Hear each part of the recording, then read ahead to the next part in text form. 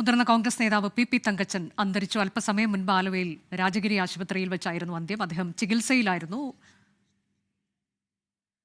Shri Thiruvanchoor Radhakrishnan telephone ലൈനുണ്ട്. Shri Thiruvanchoor Radhakrishnan, എങ്ങനെയാണ് താങ്കൾ ഓർക്കുന്നത്? അദ്ദേഹം പല മേഖലകളിൽ പല തരത്തിൽ പ്രവർത്തിച്ചിട്ടുണ്ട്. പല തലങ്ങളിൽ അദ്ദേഹത്തിന്റെ നേതൃപാടവം അറിയിച്ചിട്ടുള്ള ഒരു വ്യക്തിയെയാണ് ഇപ്പോൾ നമുക്ക് നഷ്ടപ്പെടുന്നത്. താങ്കൾ എങ്ങനെയാണ് അനുസ്മരിക്കുന്നത്? യഥാർത്ഥത്തില് അതീവ പ്രതിഭയുണ്ടായിരുന്ന ഒരു നല്ല നേതാവായിരുന്നു അന്തരിച്ച ശ്രീ പി തങ്കച്ചൻ. അദ്ദേഹം സ്പീക്കറായിട്ടും കൃഷി വകുപ്പ് മന്ത്രിയായിട്ടും നമ്മുടെ ഈ സമൂഹം ഏറ്റവും നല്ല നിലയിൽ തിളക്കമാർന്ന സ്ഥാനങ്ങൾ വഹിച്ചിട്ടുള്ള വ്യക്തിയാണ്.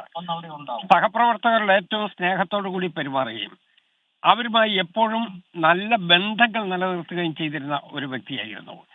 അത് അദ്ദേഹത്തിന്റെ എല്ലാ ഒരു സവിശേഷതയായി ഞാൻ കാണുകയാണ്. അദ്ദേഹം നല്ല പശ്ചാത്തലത്തിലാണ് നമ്മുടെ രാഷ്ട്രീയത്തെ കണ്ടിരുന്നത്. ആ രൂപത്തിൽ അദ്ദേഹം അതിനെ മുന്നോട്ട് കൊണ്ടുപോവുകയും ചെയ്തു.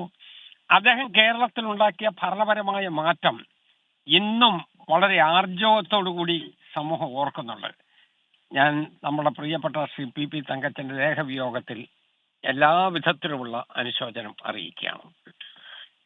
വളരെ നന്ദി ശ്രീ തിരുവഞ്ചൂർ രാധാകൃഷ്ണൻ. 13 വർഷമാണ് അദ്ദേഹം UDF കൺവീനറായി പ്രവർത്തിച്ചതൊപ്പം തന്നെ സ്പീക്കറായിരുന്നു, കൃഷിമന്ത്രിയായിരുന്നു, KPCCയുടെ അധ്യക്ഷനായിരുന്നു, സമന്വയത്തിന്റെ നേതാവ് എന്നതാണ് ഇപ്പോൾ നമ്മളോട് അനുസ്മരിക്കുമ്പോൾ ഏതാണ്ട് എല്ലാ നേതാക്കളും പറയുന്നത്. ഘടകകക്ഷികളെ ഒരുമിപ്പിച്ച് നിർത്തുന്നതിലും പാർട്ടിക്കുള്ളിൽ പ്രശ്നങ്ങൾ ഉണ്ടാകുമ്പോൾ എല്ലാവരെയും ഒരുമിപ്പിച്ച് നിർത്തുന്നതിലും ഒക്കെ അദ്ദേഹം വഹിച്ച പങ്ക്, ആ തരത്തിലേക്ക് കോൺഗ്രസ് പാർട്ടിയെ സംബന്ധിച്ച് UDFനെ സംബന്ധിച്ച് വലിയ നഷ്ടമാണ് എന്നാണ് നേതാക്കൾ പി തങ്കച്ചന്റെ വിയോഗത്തിൽ അനുസ്മരിക്കുന്നത്.